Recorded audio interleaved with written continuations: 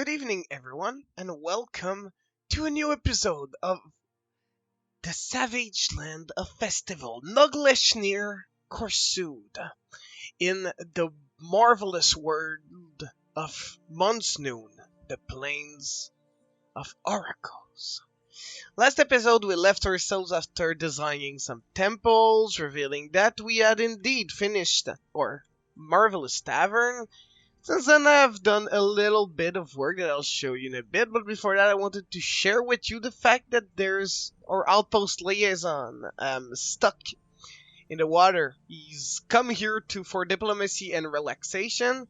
Well, he doesn't want to come out of the water. He's a big swimmer, I'm guessing. So yeah, and there's a guy here doing God knows what, maybe poetic inspiration. What I wanted to showcase for the beginning of the episode is that our metalsmith, the one making all of our weapons and armors and metallic stuff, has just been taken by a Fey mode. Now, we don't have silver currently, we have zinc, but I am gonna forbid that zinc, because I want him to make something with a metal that will be able to be used as how do we say, a weapon or a good armor. You know, if he gets out something like if he gets out, I don't know, a zinc thing, it's not gonna be really effective. So we're just gonna forbid zinc for the duration of the Fey mode. Now, I want us to follow our metalsmith and see what he takes over. He took over the magma forge, which mean he will do something that is metallic. Metal bars and rock. Well, that should be pretty easy, so we'll just let the game run a bit. He's gonna go off.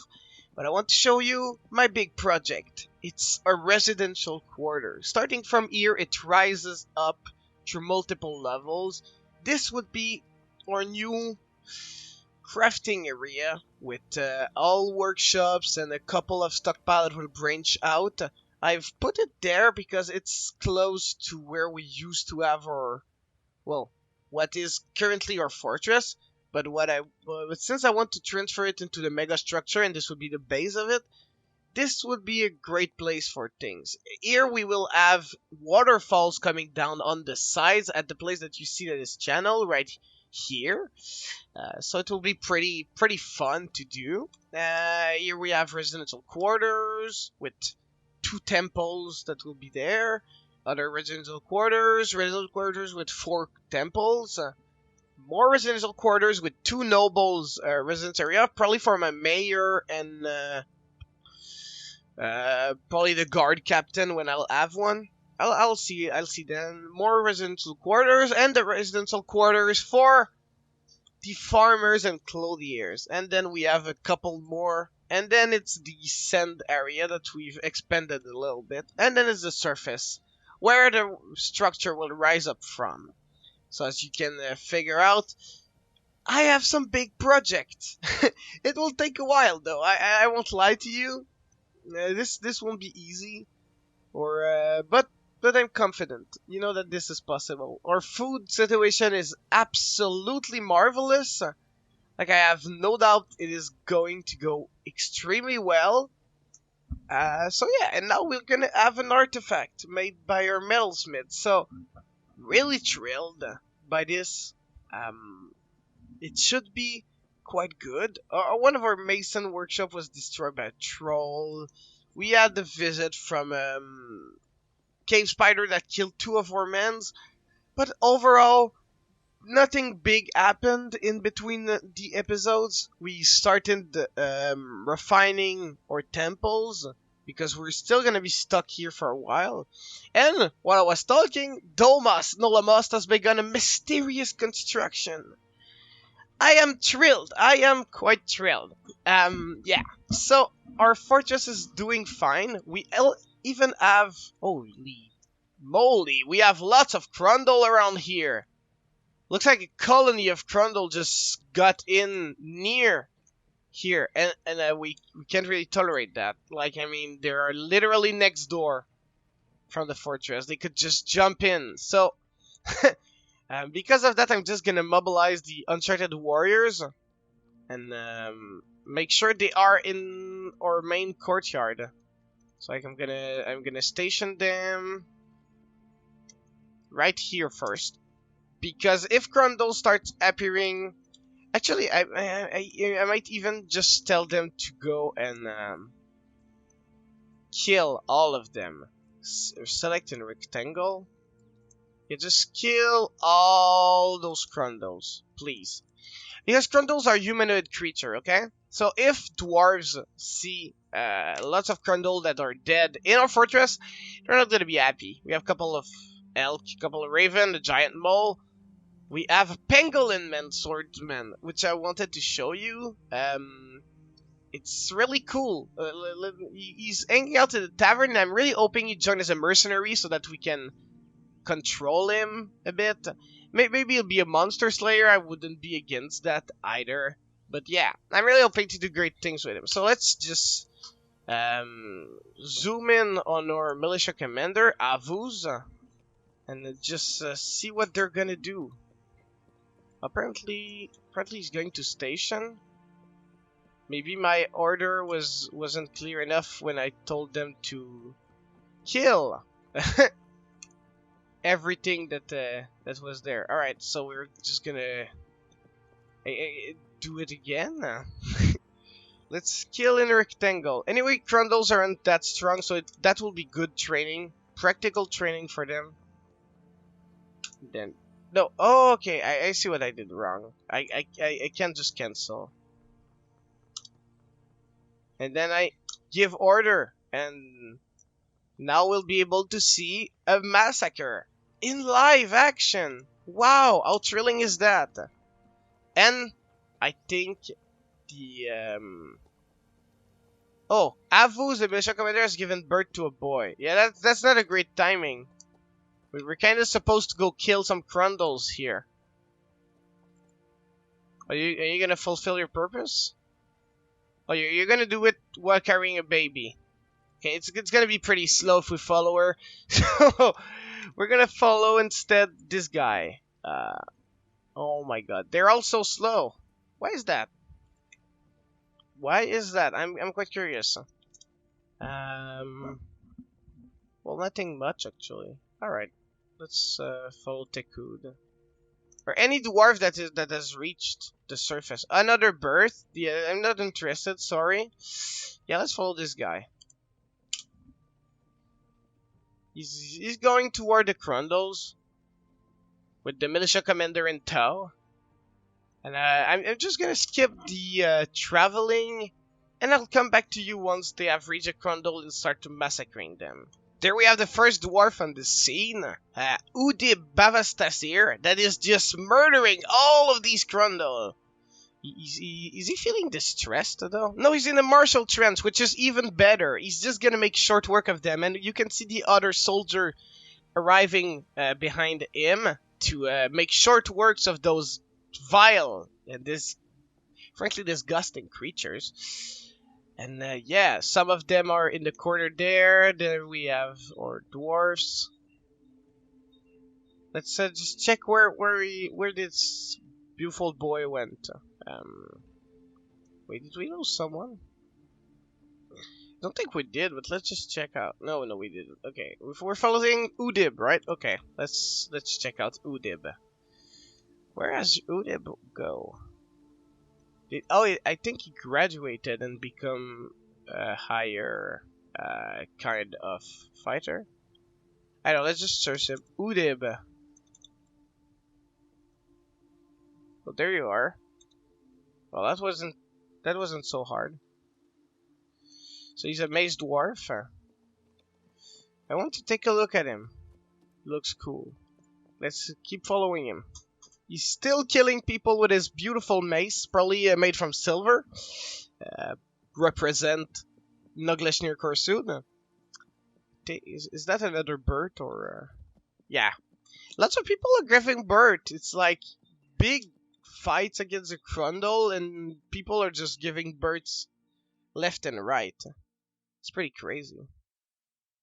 So it seems like the Grundle affair is pretty much dealt with, but I'm just gonna watch for my own pleasure. I'll come back to you guys once we finally have our artifact. Alright, so it's not exactly what I expected.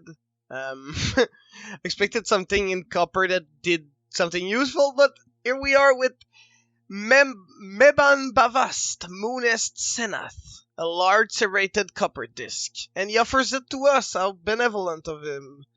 Let's check this artifact out. Here we go. Stream glided the Grove of Adventure. It's worth a lot, so that's something. This is a large serrated copper disc. All craft ships of the highest quality. This is an encircle with bands of rectangular ill-minute cabacons. This object menaces with spikes of copper. And what's a serrated copper disc? It can be used in weapon traps. Huh. Well, that sounds interesting, but I don't think we'll be using that much. Might even sell it. Or expose it in a museum. I don't know yet. So, but yeah, we'll keep an eye on it. Just want the Pangolin Man Swordsman, man. It would be so cool. Oh, there's a Batwoman. Wow. That looks epic. She's pretty close to home, I think. Not that much. Alright, which is good. So I'll keep moving the fortress forward. Like right now I have a couple of copper crossbow project to form a squad of crossbowmen. I want to make some zinc coins so that we can sell them, and just to a kind of remembrance of our kind. We are kind of the America of this world, so we need to have a bit of trademark, you know? We're still making a lot of windows, collecting sand, smelting all the ore we can find. So yeah, I'll move things forward, and I'll keep you guys on track. So I was talking about the waterfall near the entrance of the mega structure. So it will go like that, okay? There's this place, and it trickles down into the tavern, the cavern, I mean. So it's an infinite storage space. I'll just have to figure out a way to get my people out of the way. But yeah, okay, it will be like that. There will be those space will accumulate water. We'll close up those. It's just for mining. Those space will be for letting the water trickle down in the waterfall.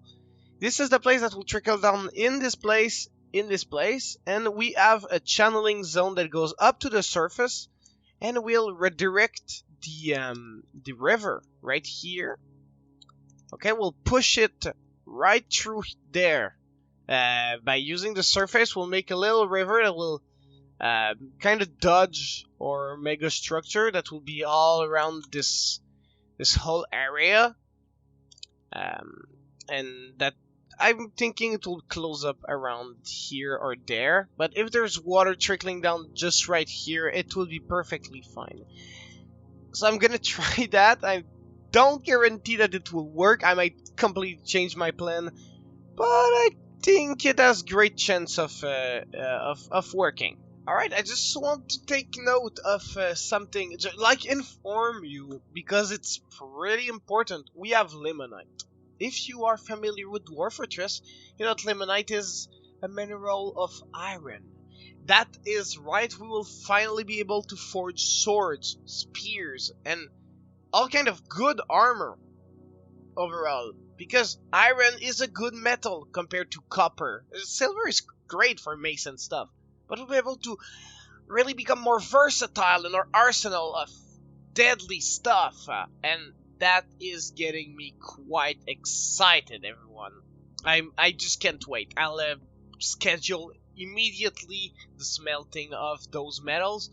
Just a shame that it is in our residential area, because that means I'll have to replace stuff with walls and things like that, because I'll want to mine as much as I can, but you know, I'm not really stressed with that. So, we finally have a mayor, Ficod Odoslan.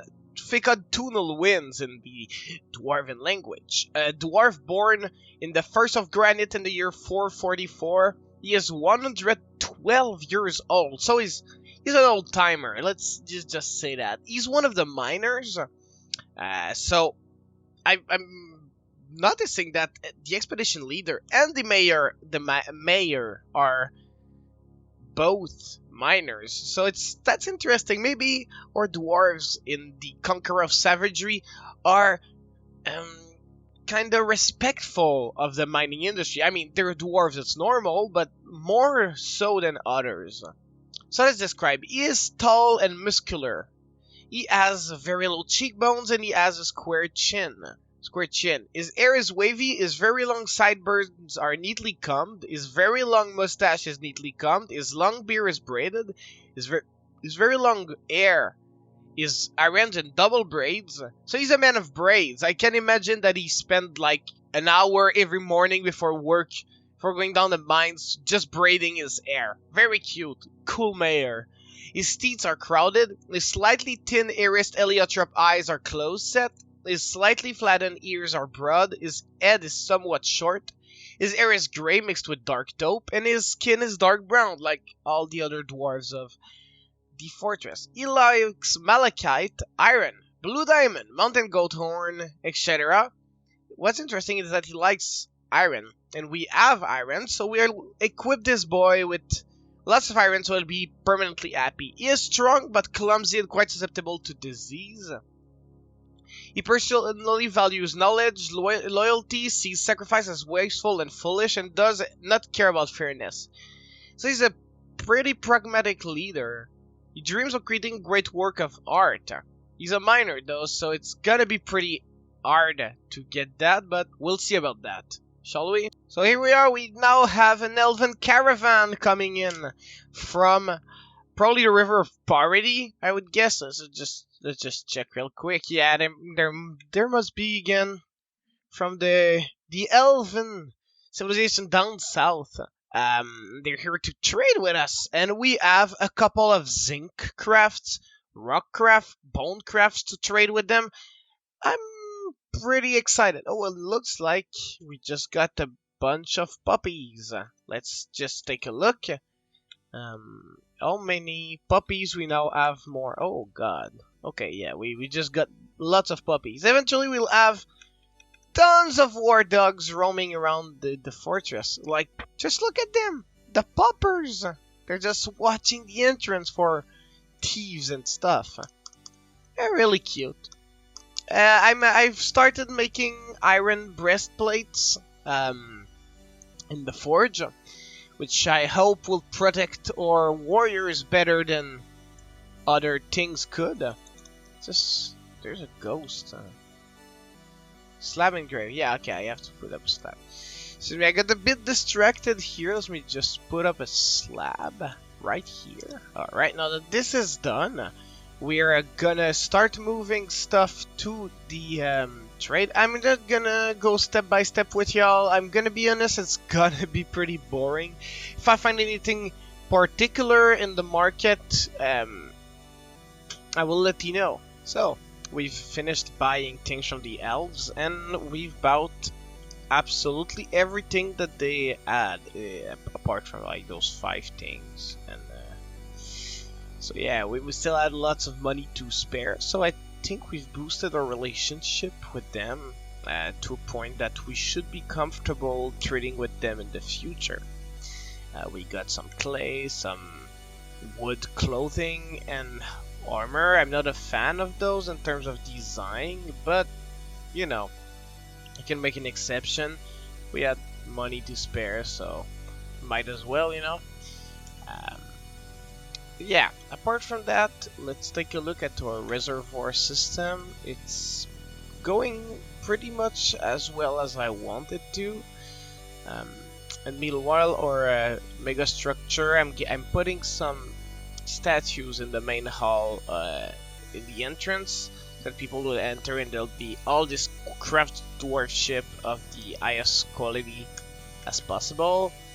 There's a waterfall here that is starting to go, and we've managed to get it up to the surface. So now we'll be able to get some water flowing down here and get some pretty sweet stuff going on if you get my drift. So I'll let a bit of time pass, you know. It's nothing much is happening. If I get an artifact or a big fight with monsters and stuff, well, let's just say, yeah, we have Troglodyte and Drelta, but we don't have any particularly dangerous stuff. Although an helmet snake looks like a bit dangerous, but it's pretty far in the cavern. Anyway, I'll come back to you guys. So, a couple of things have happened since I left you all just moments ago for you. We got a 31 migrant wave. We are now at 114 dwarves in the fortress, which is definitely impressive. We are making iron weapons, iron armor. We're also smelting all the ore that we can find, as you can see. But most importantly, we now have a permanent military squad that is centered only on training for now. They will become the core of our military strength, the silvery gods, because of the silver that is found in our caverns, and that has been a huge part of our first metal and weapon smithing. So that's quite impressive. I've also scheduled a lot of people to go chop down some trees because it's a bit annoying. The quantity of trees is kind of blocking every single thing that I may want to do with this huge plot of land up on the ground. I've also developed a bit more the farms. If you take a look at the reservoir, it's getting great. It's getting great. Soon we'll have like 4 and 3 in that area, and we'll be able to resume the waterfall. But I'm thinking that right now I may want to close the lever to let the second reservoir close up a little bit. Here we go. Yeah, you can see that our barracks aren't quite as impressive as they could be, but they're great. I mean, our guys can still train. Oh, this one has a baby in their arm, but it's pretty cute. So yeah, also we got a bunch of new animals, some of which I think I may or may not slaughter. You can see that I've already put on a couple of orders for some slaughtering. We got some sparrow and wren from the elves, so I've put them as available. I don't quite know if anyone's gonna want them. We're still really great with prepared food, meat, or drink quantity. We have lots of wine, cider, beer, sewer brew. I don't quite know what this is, but it sounds a bit disgusting. Anyway, we're not dwarves, we can understand their palate.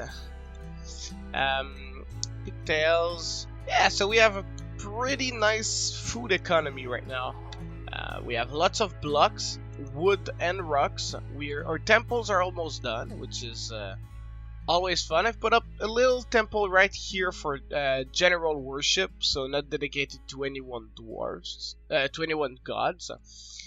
That should boost up a bit the happiness of the fortress. See, here we have some iron bars, some zinc bars, some copper bars. We don't have currently any silver bars, but that should surface soon enough to get us some more axes and tools. I'm planning to use it also as for some armors, but it's quite a weak metal, so I don't want to push my luck too much. We've graduated to fine meals also, because I thought that our dwarves could use better food. And we've also recruited, I've talked to you about it the previous part, the Pangolin Man Swordsman, Idit Rashgortukan, who is now a monster slayer in our fortress. That is cool. I've never had before, I haven't played that much Dwarf Fortress, but I've never had before a Pangolin Man, or Animal Man, show up in the fortress. So you can see we have lots of administrator. I've promoted a bookkeeper. We have lots of farmer, just farming away. Some smelters, lots of stuff happening, which is quite great.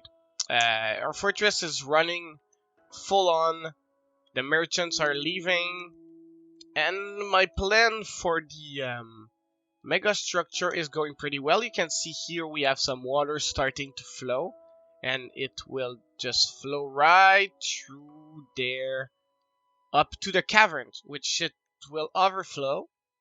I don't know if this is such a good idea, but the caverns have been pretty safe up to now. We may want to explore them eventually, because we may find some place that we could like conquer, and like this place here looks great.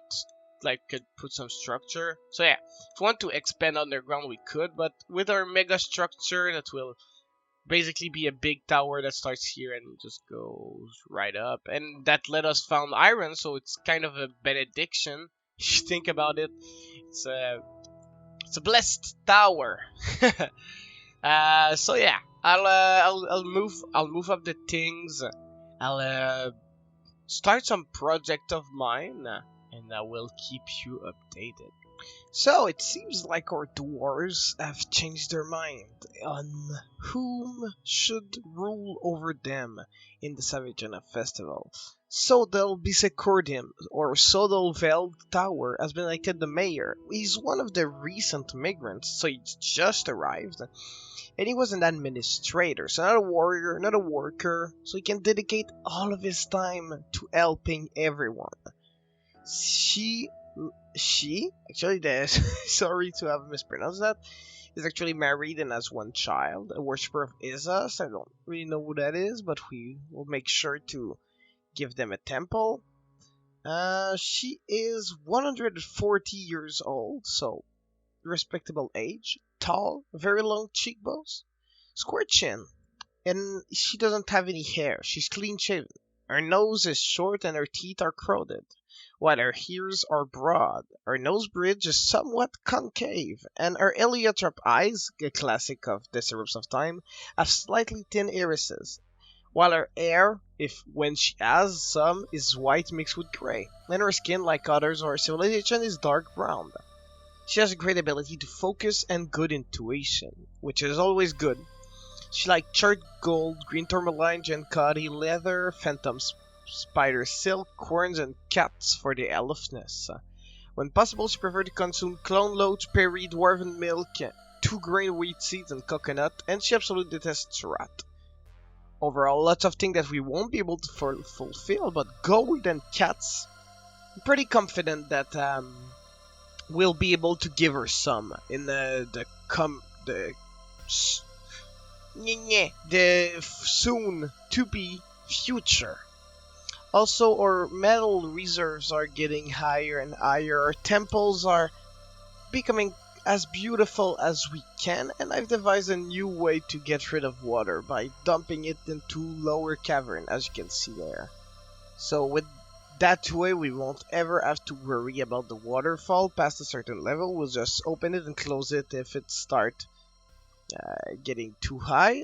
Talking about that, I am gonna open the floodgate right now, because our dwarves deserve some little bit of sprinkling of water. A waterfall always makes everyone happy. I've put some grates over too, so people don't fall over like a certain diplomatic man. We don't want to take the risk, you know? And yeah, so this is what's going on right now. I also have a little project that I want to showcase to you. It is a river shack.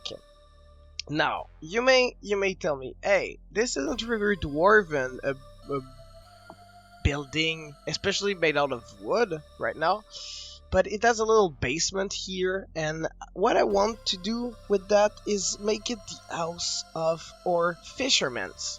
So put a little fishery in a corner, a couple of bed in the undergrounds, and that way they'll be able to go straight to work whenever they want. If they want to socialize, they can go to the tavern, but like they'll be able to just live nearby their jobs and really have more fun. That way I'll establish a little meeting hall downstairs. Eventually I plan to also make a little tavern near them, just so they have their own little community, you know. They'll have their fishery, but no, they have a kitchen in the tavern. but they won't have anything too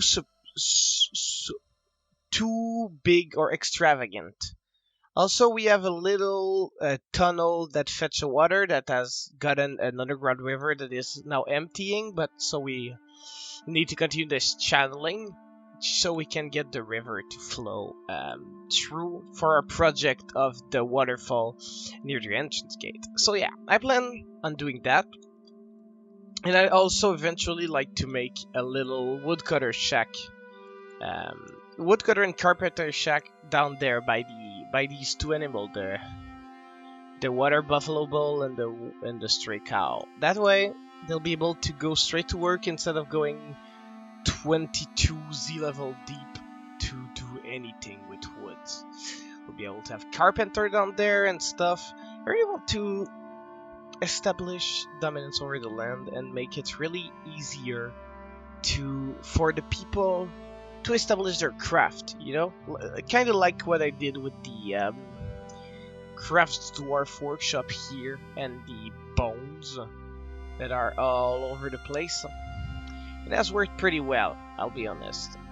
So yeah, I think this is it for this episode. I thank you all for watching. It is always a pleasure. This episode is taking a bit more time to make because, as you may see in the date, we are in summer right now. It goes slowly, and it's mostly building up right now. I'm mostly just making sure my dwarves are comfortable, doing menial tasks, and taking care of the various things that they have to do.